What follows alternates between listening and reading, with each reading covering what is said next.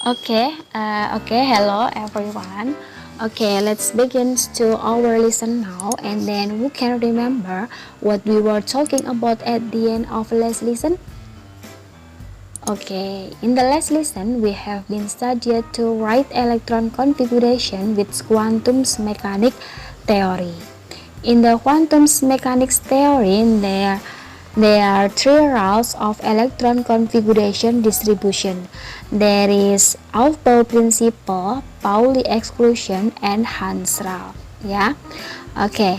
Uh, in the last meeting, we have now about the Aufbau principle, di mana di Aufbau principle ini dia mengatakan bahwa feelings electron in orbital based on energy level, ya, from low energy until high energy. Low energy di sini adalah 1s2 dan high energy ini adalah 7p6. Ini udah kita bahas di pertemuan sebelumnya ya. Gimana caranya mendapatkan formula ini? Udah kita bahas. Oke. Nah, setelah kita tahu tentang Aufbau principle, maka di last meeting kemarin kita juga sudah menerapkan subchapter tentang Aufbau principle, yaitu in the first subchapter there is writing electron configuration. Jadi ketika kita punya atom, katakanlah di sini adalah sulfur dengan atomic numbernya 16, gimana caranya writing electron configuration? Yaitu kita juga udah pelajari di pertemuan sebelumnya, tentunya dengan menerapkan prinsip dari Aufbau principle, yaitu filling electron in orbital from low energy until high energy. Maka kita tulis secara urut-urutannya, kemudian disesuaikan dengan elektronnya jumlahnya 16 sesuai dengan yang diketahui di soal. Oke, kemudian kita juga sudah belajar ya tentang second subchapter, there is writing electron configuration with noble gas. Ini kita juga udah pelajari kemarin. Jadi kalau di noble gas kita harus tahu tuh unsur-unsur atau elemen yang ada di dalam noble gas ya, from helium until radon ya, dia harus hafal gitu.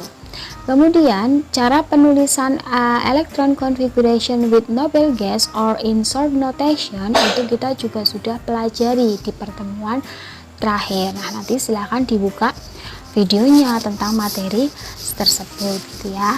Okay, and then today we are going to determine the position of element in periodic table, and then we are going to writing electron configuration of ion ya. Jadi nanti hari ini kita akan pelajari yang pertama itu tentang electron configuration to determine group and period, or writing electron configuration to predict the position of element in periodic table gitu ya, termasuk grup sama periodnya seperti itu. Nah, di subchapter 3 ini tentang determine groups and period or determine position element in periodic table. Perlu kalian ingat ya bahwasanya ketika katakanlah kita punya 4s2. Nah, 4s2 ini saya ambilkan dari Aufbau principle yang tadi. Saya copotkan, saya ambil bagian dari Aufbau principle, kemudian saya taruh di sini. Katakanlah contohnya adalah 4s2 ya. Nah, di dalam 4s2 ini dia mengandung arti bahwa yang namanya 2 di sini, pangkat ini, dia adalah menunjukkan elektronnya. Jadi kalau yang pangkat itu adalah elektronnya. Kemudian angka 4 di depan ini dia dinamakan shell atau kulitnya ya.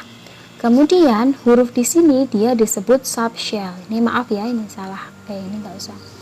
Oke, jadi kalau pangkat dia dinamakan elektron, kemudian kalau huruf S itu adalah subshell atau subkulit, kemudian ketika ada angka 4, angka 3 di depannya itu disebut dengan shell. Nah, gitu ya. Karena di sini tujuan pembelajaran kita adalah to determine group and period, maka sama dengan Niels Bohr yang terlebih dahulu, Niels Bohr yang lalu ya, bahwasanya ketika kita ingin menentukan letak unsur tersebut di dalam golongan berapa, maka kita harus tahu elektron valensinya atau valens elektron. Di sini juga sama, bahwa valens elektron itu adalah menunjukkan grupnya. Jadi ketika di sini valens elektronnya 2, maka nanti grupnya ini juga grup 2. Nah, karena kita ini belajar tentang quantum mechanics teori, maka ketika kita bicara grup 2, maka bisa jadi 2A atau 2B. Itu bisa ada dua kemungkinan. Kalau di Niels Bohr sudah jelas, yaitu 2A gitu. Kemudian ketika shellnya atau kulitnya itu menunjukkan angka 4, maka periodenya juga 4, karena shell itu adalah determinant period ya. Kalau valens elektron itu menentukan grup, kalau kulit itu menentukan period. Di sini kan kulitnya 4, maka unsur tersebut, maka periodenya adalah periode 4, seperti itu. Kemudian di sini kita juga kenal yang namanya adalah subshell ya. Ingat di pelajaran terakhir kemarin bahwasanya subshell di sini ada beberapa. Yang pertama adalah subshell S, kemudian subshell P, subshell D, dan subshell L gitu. Nah, gimana caranya Miss tadi untuk menentukan apakah elemen tersebut dia golongannya 2A atau 2B? Maka tergantung subshellnya ya. Kalau nanti dia subshellnya S atau D, SP atau SF, itu nanti beda-beda. Jadi nanti kita akan mempelajari gimana caranya kok dia disebut bisa golongan 2A atau golongan 2B. Kita akan pelajari selanjutnya.